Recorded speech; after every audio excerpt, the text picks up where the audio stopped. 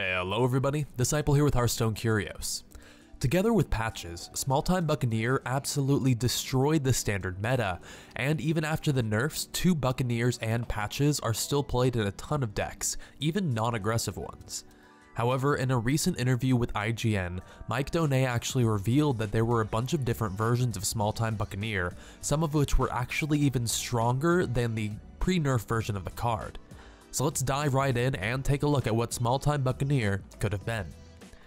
According to the devs, Small-Time Buccaneer was always going to be a neutral minion, but the actual card itself changed around 5 or 6 times during the design process.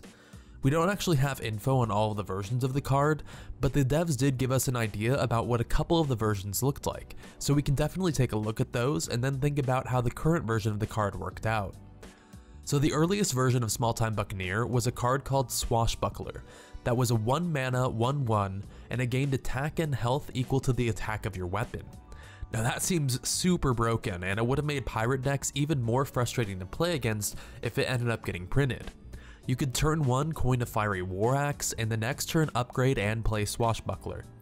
This would give you a 4/3 weapon and a 5/5 minion on turn 2. If you play Swashbuckler while you have an Arcanite Reaper equipped, even an unbuffed one, then you're paying 1 mana for a 6/6 minion.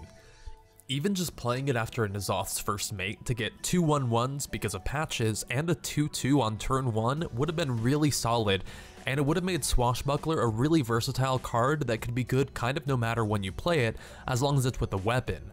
Now of course a 2/2 would be worse than the original Small-Time Buccaneer, however, you do have to remember that attack and health wouldn't go away once you lost your weapon, so it wouldn't get countered quite so hard by something like Acidic Swamp Ooze.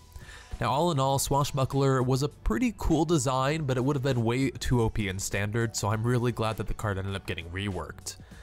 Now another one of the iterations we know about was a 1 mana 1/2 that gained 2 attack when you equipped a weapon. Now this might seem pretty similar to the pre-nerf version of Small-Time Buccaneer, but there are actually some key differences.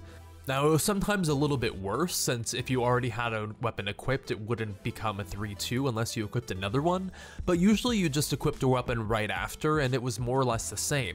Some of the time you could even get it to be a 5/2 if you equipped a couple weapons, or even bigger. Unfortunately, this made the Small-Time Buccaneer pretty broken in Rogue, since you could just hero power a couple of times and make him absolutely huge, and so Blizzard decided to make the card a little bit worse, but slightly more consistent perhaps, and we arrived at the pre-nerf version of the card with 2 health, 1 attack, and that gained a +2 attack whenever you had a weapon equipped. It's actually pretty interesting because Mike Donay, one of the designers, even says that they released the card after nerfing it, and that it's a common mistake that can happen where devs think a card is balanced just because they've nerfed it already, bringing it from a too strong level down to one that they feel is a little bit more balanced but ends up being too strong anyway. Now of course at the time of making this video, Small-Time Buccaneer has been nerfed to become a 1/1 that gets +2 attack when you have a weapon equipped, so it's much easier to deal with than the previous one with 2 health. It's definitely a lot more balanced, but it's super interesting to think about Small-Time Buccaneer's journey for how short it's been in the game, and how it was such a meta-dominating card despite being reworked and nerfed so many times in the development process before we even got to see it. So those are some of the designs and things that Small-Time Buccaneer could have been.